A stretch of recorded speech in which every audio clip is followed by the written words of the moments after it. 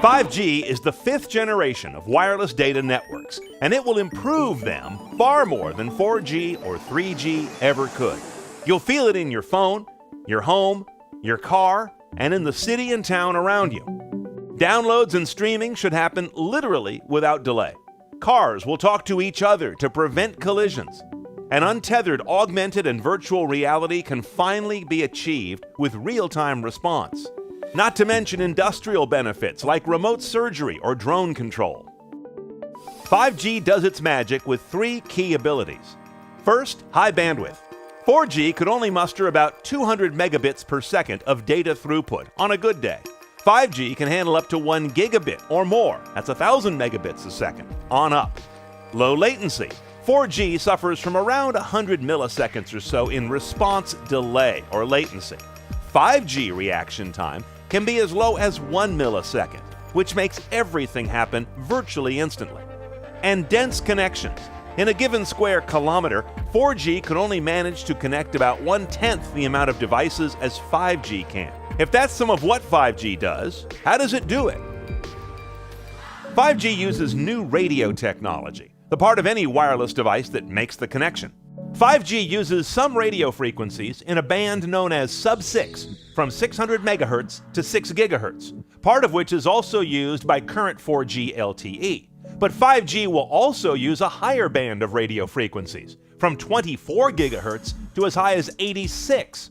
These much higher frequencies bring with them much higher data rates. Now, while these new 5G radio waves can carry more data with higher performance, they can't carry it as far. So 5G will use a lot of so-called small cells. These are small versions of the big cellular towers we all know. 5G will also use some new tricks in these small cells, like beamforming, to efficiently aim transmissions rather than just spray everything everywhere. The bottom line, though, you will need new phones, tablets, portable hotspots, and the like, with a 5G radio inside to connect to the new 5G networks. Your current 4G or even 3G gear can't tap into it. 5G networks will also position more data and computing resources closer to you that will avoid blunting 5G's low latency benefits. Most of us do think of phones when we think of wireless networks, but phones may actually be the least interesting thing about 5G. It will also power autonomous cars, so they have awareness of every other car, bike, pedestrian, and traffic signal around them. Smart cities based on 5G can make almost anything that's electric also connected and aware. When a bridge needs repair, why can't it tell someone? With a mesh of 5G connected sensors, it could. And then there's your home.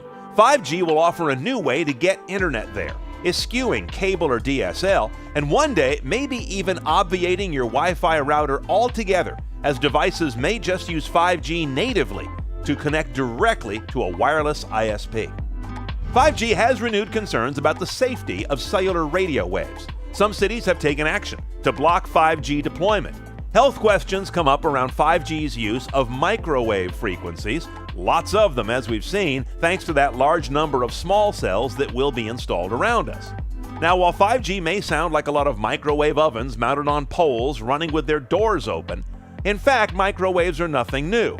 Already emitted by your current smartphone, old cordless phones, your wireless headphones and earbuds, and just about anything with Wi-Fi, as well as, yes, microwave ovens. But even 5G's highest frequencies are considered by scientists to be non-ionizing radiation. You have to move on up to X-rays, gamma rays, and cosmic radiation to find the kind of emissions that will harm cells, and 5G is far below that.